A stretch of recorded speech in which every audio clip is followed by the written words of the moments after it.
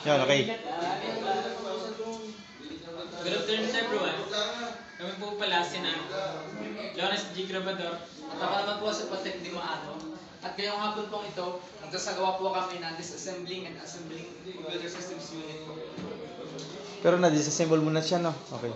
Sige. Sa ngayon po, papakilala po namin sa inyo, ito po mga nabaklas na po namin mga computer systems po. Unang-una po sa lahat, ang dapat po nating i-disassemble po muna o kakalasin ay itong si PSU po. Kasi ang mangyayari po, pag hindi po natin kinalas itong si PSU, Alisin.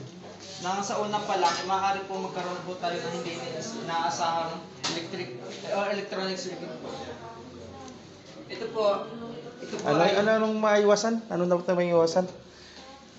para maiwasan po yung mga hindi po inaasahang mga short circuit po. Okay, yun. Mga electrical shock din, no? Electrical shock, okay. Very good.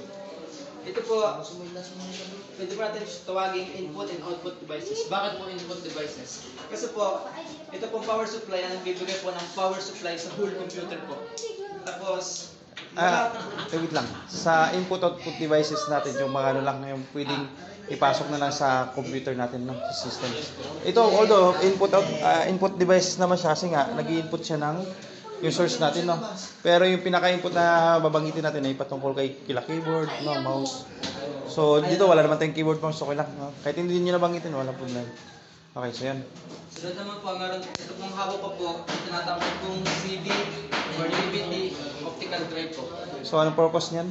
Ang purpose po nito ay pwede po natin siyang lagyan ng mga ano po, mga music files, songs files. So, ibig sabihin, pwede na ako mag-direct dito, wala nang nilalagay na CD or disc, wala Pwede na. po maglagay po ng disc. May lalagyan pa siya. So hindi siya katulad nito, no, na may ano na agad na pwede nang kumbaga pwede nang gamitin agad. Ito kailangan pang mag-open, no, mag-open, mag-insert.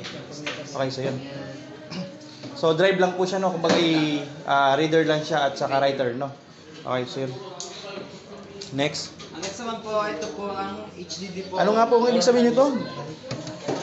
Ano po? Optical drive po. CD or DVD optical drive. May nakalagay bang DVD? CD lang. CD lang po, Okay. CD. So ibig sabihin na CD. Compact disc po. So, ibig sabihin pala, pwedeng maging CD, pwedeng maging DVD. Pero ito, sa pagkakataon na to, CD lang, no? CD lang po Nakalagay. nakalagay po. Okay, CD lang mo siya, no? Kung may parallel talaga sa CD. So, ano pa? Yun lang naman, nakalagay CD. CD burner kasi nakalagay.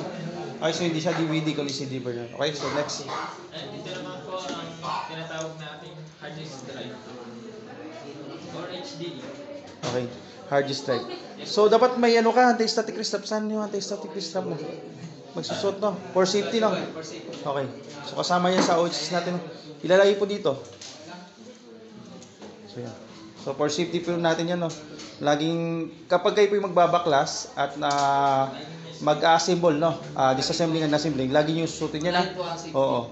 So, wag kayong mag-start ng wala kayong suot na ganyan. Maliban lang kung inallowed siya or di kaya na-discharge na ang inyong katawan, no? So, kung hindi siya i-allow ng assessor, or di kaya wala doon yung walang nilagay doon na na ganyan, anti-static wrap, magtatanong po kayo, no? Sir, pwede po bang magtanong, no? In a nice way, no? So, para malaman niya na ikaw ay aware din or alam mo yung ginagawa mo, no? Okay? So, yun. Okay, start tayo. So, ESD, no? Huwag kakalimutan, no?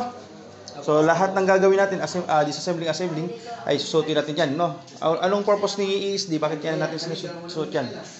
Para maiwasan po masalin po yung Electrostatic discharge. Okay. discharge ng ating katawan sa mga facing parts. Okay, so yun, no? Malaking tulong yun para yung mga piyesa. Kasi may mga piyesa tayong sensitive, no? So, yun. Malaking tulong siya para maiwasan pagkasira ng ating mga piyesa, no? Ano pa? Ito pong ating HDD, ito po ay nagsisilbi pong secondary memory po sa ating Okay. computer. Ito naman po, ang tinatawag po nating CPU fan po within C. Okay. Isa naman po, And dito naman po ang ating tinatawag na motherboard. Okay. So, as long as yung dapat iwasan yun na magawak sa, no? Kasi kung minsan may mga charge yan, no? Or di kaya may mga sensitive device yan na may. So, ikaw nakasuot pa ng ng relo, no? Dapat tanggal yan, no? Okay lang kasi hindi naman siya, hindi naman siya ito yung kanya, kailangan tanggalin. So, as long as you can, kailangan sa gilid lang, no? Yes po. As possible, sa gilid lang kayo hawak, no? Sa mga, ano natin, computer. Sa motherboard. Okay, ano pa? Ngayon po, ipapakilala po namin sa inyo mga components po ng Wait lang. Hindi pa tayo sa labas, no? Tapusin muna po sa labas. Nasa labas. Okay. Ito po, meron po yan. Yan, dandan lang. So, safety first tayo, no? Ito po ang ating pong tinatawag na SATA cable. Ay, Oh, PATA SATA. cable. Okay. PATA. Ibig sabihin po ng PATA po ay Parallel Advanced Technology Attachment. Okay, sige. Nagugulat ako sa'yo.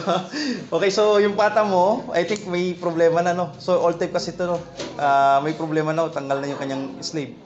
So, palitan mo ng isa. Kuha ka doon ng isa. Yung ginagamit mo. Yan. Yan na may familiarization na, no? Para malaman natin kung ano yung mga proper, tawag. So, yun ay PATA, no? Opo. Okay? And ito naman And then po ang next. ating tinatawag na SATA cable or Serial Advanced Technology Attachment. Okay. Ano pa? Ito naman po ang ating Uy, tinatawag wag na hawak sa ano, ha? Kinakabahan siya. Ito, wag hawak dito lang sa gilid, hawak. Ito. So, as long as you can, iwasan yung mga terminal, mga pyesa na mahawakan, no? For safety. Okay? ito naman po ang ating tinatawag na random access memory. Okay. Anong klaseng ano siya? Anong klaseng RAM siya? DDR po. DDR? Saan nakalagay yun? DDR. Okay, may nakalagay pala sa board yun. 667. Okay, DDR so, po. okay, ano ibig sabihin ng Ibig sabihin naman DDR? po ng DDR ay double data rate. Okay, so double data rate. So, okay. Next po, ito po ang tinatawag po nating CMOS battery or complementary metal oxide semiconductor po. Okay. Ang function naman po nito ay po nagbibigay ng power at saka nagbibigay po ng power para makakonset up po tayo ng BIOS. At ito rin po ang ginagamit para po ma-keep overtime po yung pong ating date and time. Okay, so yun, no? Para mapanatili si date and time, pati mga information ng BIOS, diba? So, ilang volts po yan? 3 volts sir. 3 volts, ano po, DC or 3 AC? volts DC po. Ang So- sabihin naman po ng DC ay direct current. Okay, so direct current, no? So, maalam naman mag-test ng ganyan, no? Ng gamit ng multitester. Okay, so dapat ang isang technician talaga, maalam gumamit ng multitester. And then, ano pa? Ano po yan? So, ano nga po yung BIOS natin? Yung BIOS, nabanggit mo yung BIOS kanina, no? Nabanggit nyo ba hindi? Nabanggit po. So, ano ibig sabihin ng BIOS? Ibig sabihin po pala ng BIOS ay ano po, basic input and output system. Okay, so yun. Okay, next. Ito naman pong hawak ko po ay ito pong Intel CPU or Central Processing Unit. Ang type naman po ng CPU na po ito ay ang type po ng CPU po na ito ay land grid line. Okay, walang pins. Wala po siyang pins kaya po siya tinawag na land grid. So, dalawa lang naman dalawa namang mas kilalang ano, no, mga brand. Ano nga yung dalawa ngayon? AMD po at Intel. So, AMD at Ang saka ibig Intel. sabihin naman po ng AMD po ay Advanced Micro Devices po. Okay. Tapos Intel. Okay, yun, no? Intel na. Okay, so yun. And ito naman po ang ating tinatawag na power cable. Or power cord, no? Power cable. So, yan po yung dinadaluyan ng anong voltahe? 220 or 110? 220. 220. Papunta sa power supply, no? So, nag-check naman tayo niyan, di ba? Kung paano it is using continuity. It is using ano, no, voltmeter, no? Na naka-plug doon. Okay, so yun. Next. Dito na po tayo sir. Dito na po tayo sa components po ng motherboard. Una-una po natin makikita ito pong 24 pins advanced technology extender po. Okay. Extended. Extended ATX na. Power, ano to? Power connector. Okay. power connector. Sige. And ito naman po ang ating Sige, lagay mo na lang dyan. Central Processing Unit. saan? Socket. Ano muna kayo, no? Tapusin muna yung itong side na to hanggang makalabas tayo, no? Ito naman po dalawang po to. Ito po ang ano po SATA port po. Okay, SATA port. Tapos ito naman po ang Ano ibig sabihin ulit ng SATA port? Serial Advanced Technology Attachment. Okay, next. Ito naman po ang ano po PATA port po or Parallel Advanced Technology Extender po. Pwede rin po itong tawaging ano po? Parallel advanced ano? Sabi mo? Extender. Parallel Advanced Technology Attachment. Nalilito na ako. Parallel advanced technology. So, okay lang yan, no? Pwede rin po siyang tawaging Integrated Development May Electronics. nakasulat naman kasi na ID. Nakasulat po. So, yung mga sinauna kasi yan, mga old type. Okay, so ano ibig sabihin ng ID? Integrated Develop, Drive Drive electronics. Electronics. Drive electronics. And ito naman po ang ating tinatawag na memory slot. Okay. At ito po ay heatsink. Okay, check ka. Okay. Ano yan? North Bridge, South Bridge? South Bridge. Ha? South Bridge po. Malapit sa ano? So kung ito ipapatayuin mo, di ba, kadalasan patayo yan, di ba? So ano siya, sa north or south? North. North, no? Okay, North Bridge. Then ano pa? Ito naman po ang ating South Bridge. Okay, next. Ito po ang pinalalagyan po ng ating CMOS battery. Or ito po ang tinatawag na CMOS socket po. Next. Dito naman po tayo. Ito naman po ay tinatawag po ng PCI Express po or Peripheral Component Interconnect po. Okay, PCI Express times ano, 1 or times 16? Times 16 po. Okay, mas mabilis, no? Okay, times 16 siya. Anong isa sa tinatawag yan? Maliban sa PCI? Ano po, sir?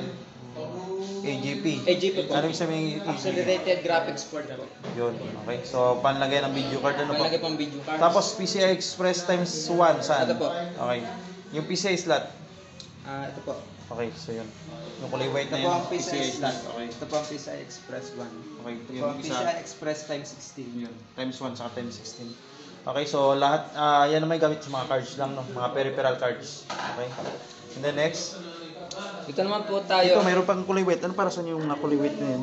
Para po to sa ano po, sa FDD or floppy disk drive po. Okay, floppy disk drive. Okay. So, mas maliit siya lang dito, no? Compare dito sa dalawa, pag compare mo yung IDE or di kaya PATA. PATA to, di ba? Apo. At saka yung FDD, mas maliit ito, no? Mas maliit po Okay. ito. So, may bilang yan. Mas count ang bilang. And then, ano pa? Ano pa mga pins na mayroon dito? So, meron pa dito. Ano to? Ito po ang ating ano po, audio port po. Audio port. And then next. CD port po.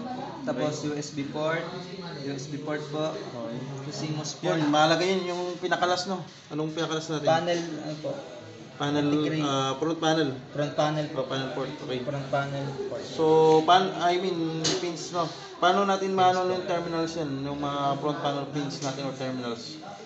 Paano natin malalaman kung ano yung kanyang di ba may mga ano yan? May mga connector yan? Yan, katulad yan. So, pakita mo nga. Yung mga nakasulat yan.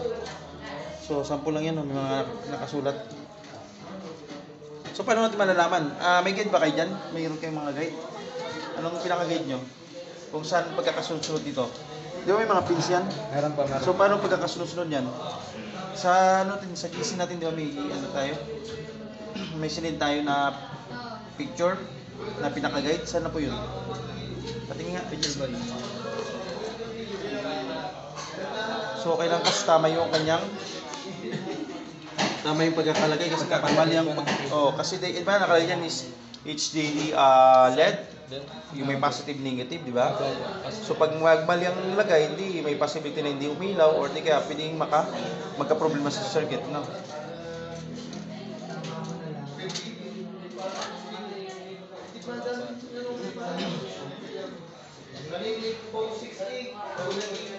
So may yun. So yan ang sinusunod natin, di ba? Okay. Hindi na makita yan. Okay.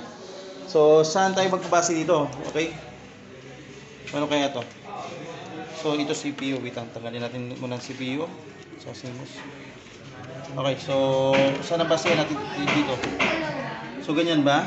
Ito yung power LED, ito power LED, or ganito ang arrangement. So, power LED to, power LED, no? Positive. Okay? Tapos, power LED, negative. Tapos, HDD, positive, HDD, negative. No? Klaro po ba? Apo. So, power switch, positive, power switch, negative. Yan. Klaro? Apo. Okay. So, dapat is mamaya, i-check ko yan kung tama yung pagkakalagay, no? Okay, ano pa? May mga 6BC components ba tayo nandyan? Meron po, sir. Ano? Una po, marami po tayo dito makikita pong mga electrolytic capacitors po. Okay, capacitors. Ano pa? Tsaka inductor po, sir. So, yung mga inductors. Okay? Ano pa? Tsaka po ito po, sir, IC po, o integrated circuit. Yung mga IC din. Okay? And then ano pa? So, yun lang na makadalas nakita. Hindi, may mga resistor sa super at saka diode din yan, no? Maliit lang. Okay, sobra lang kasi nililit yung ano niya, mga piyasa. Okay, next. Ano naman sa likod niyan? Nasa likod po, ito po ang atin pong audio ports po. Ito po ang line 1 in, line po out. Tapos ito naman po ang ano po, Line in, line out, yung taas. line in port, line in audio port, Okay. line in to out port, line in to audio, line in to out audio port. Ito naman po ang ating microphone port. Okay. Sige. Next naman po, dito po sa dalawang to, ito po ang pinaglalagyan po ng ating USB 2.0 ports. USB ports. Ano ibig sabihin ng USB? Universal Serial Serial. Okay. And then next. Sa taas naman po, ito po yung pinaglalagyan po natin LAN port po or local area network. Or Ethernet port, no? So diyan natin ilalagay yung ating mga kable na gagawin, no? Sa networking kasi kasama yan, no? Ilalagay natin. So ang gamit naman natin, hindi naman ganyan kaluma, no? So yan guys, sample lang yan. So nasa ano na tayo, mga i-series na yung ating gamit yan. And then ano pa? Ito po ang ating pong VGA o Video Graphic Array. Array. Okay, so ano pa? Ito naman po ating pong serial port po. Okay, serial port. Or kung minsan tinatawag nilang RS-232. Pag sinabing RS, ano yun? Recommended standard Yun. po. Okay, next. Ito po ang tinatawag po nating Aluman. PISTO po. Okay. PISTO Or port. personal system po. Okay, so alin po yung keyboard yan? Ito pong nasa baba po. Ito Okay. pong sa taas ay mouse. Okay. Anong pagkakaiba ng system niya, no? Na ginagawa niya? Anong wala, mayroon doon, nawala dito? Patingin nga po. Kunin mo nga. So, ano lang, gilid lang. Para may reviewer kayo kung ano yung mga tawag. Okay. So, medyo mas, ano to, no? Okay, mas medyo iba yung kanyang ports. So, anong pagkakaiba nila? Ito maraming PCI, no? Pansin nyo, Maraming PCI. no? Dito, dalawa lang. Okay. Dito po yung 5 times. Okay. And then, ano pa? Andito naman po ang ating tinatawag na game port and personal port. Parallel Ano to? port. Game port. Game Tapos, port and parallel port. okay, parallel. Mga sinauna pang port. And then, ano pa? Serial port din, ano? Opo. And So, serial port. So, halos yun lang naman pinag-iba, no? Opo. So, yung RAM nito, tatlo. Ito, RAM slot, no? Dalawa ito. Dalawa lang po. At saka po Okay, ano ito. pa? Ano pa pag nag-iba? So, ito mayroong SATA. SATA yan, di ba? SATA. SATA port. Dito wala, no? So, mas luma ito, kung tutusin. No? Tama ba? Kasi yung SATA yung makabago na yun. Hindi ano pa. Ano pa yung mga pinag-iba? Okay, so, yun lang naman. So, dapat is mabalik nyo ng ayos, no? So, may sira na dito. Okay, so may balik pa dapat natin na maayos yan. So, ito, no, magkaiba din. Ito yung 20 pins lang, no? Ang iyo? 24 po. Yun, 20 pins. Yun lang pagkaiba. So, kabuuan, SIM din naman, no? Basta naunawan, di ba? So, mayroon ding South Bridge, North Bridge, so SIM din naman. Okay. So, saan na South Bridge dito? North Bridge? Ikaw ang magturo ulit. Ano yan? South Bridge. Yan, baliktad na naman. Ay, North Bridge. Okay, tapos? Basic. Okay. Ito, so, saan ang South Bridge niya? Ito po, South Bridge. So, ano pa? So, yun lang. Ang CPU niyan ay ano, PGA or PGA LGA? po. Pin grid So, array. pin grid. Pin yan, may pins na. Okay. Yun lang din sa mga pinagkaiba. Yung mga sinauna kasi mga pins, no? Sa, lalo na Intel. Intel din yun, di ba? Intel din yun. Okay. So, ano pa bang hindi natin nabanggit? Lahat nabanggit na? Apo, sir. So, dito nabanggit naman lahat, no? Apo. Yan. So, dito kasi may mga master pa, no? So, yun na lang sir, hindi natin nababanggit, no? Tama ba? Ano nga nito? Nabanggit ba natin yan kanina? Hindi. Hindi po. Yung master, yung may mga cable select. Yan, no? So, may mga nakasulat kasi yan, no? Ito. Kita niyo po yun. Yung ano, ito. MA, SL, CS. Ibig sabihin ng, di pa natin na ano kanina diyan. Apo, apo. Pag MA, master. Master. Pag SL, slave. Slave. Pag CS, cable select, no? Cable select. So nakadepende ito sa tinatama ng jumper niya. So yung jumper natin saan naka ano sa MA, CS or SL? Sa SL po. Sure? Sa ano po? Sa AM po. MA, no? Sabi master. So dapat ang nilalagay mo na patakibol, ano? Master po. So yun, hindi na ito masyadong makikita sa ano no, sa market. Pero at least kita pa na may idea kayo na mayroong ganyan mga sinauna. So ang master dito na saan? Kung tatlo ito, Tatlo yan, di ba? So, mayroon kang motherboard controller, tapos mayroong slave, and then, ano pa? Yung ating master. So, saan mo ilalagay dito? Master or slave? Ito po ang master. Saan? Sige, lagay mo. Anong kulay? Ito po, master. Akala ko yung slave yan. Ito po. Yan, sige. Dito po yung So, dito dapat po. nakaganyan yan. Para kailangan po yung kanya po lock makapasok din po sa pinaglalagyan Oo, niya po. may mark naman siya. Pero ang importante, alam mo na master siya, no? Okay? So, nakadepende siya sa jumper settings niya, no? Jumper pins. Okay? Clear na tayo doon? Apo, sir. Sige. Yun lang, ano? Okay, may tanong pa ba? Or may gusto pang idagdag? Wala na? Okay, so safety first lang tayo, no? So, i-assemble na siguro yan, no? Kaya oras na ba? 3.6 po. So, assemble na, no? Kailangan may balik na maayos, lalo yung mga pins niya. Mga pins dito. So, yun lang. Okay, so thank you. Sige po. Okay, God bless you.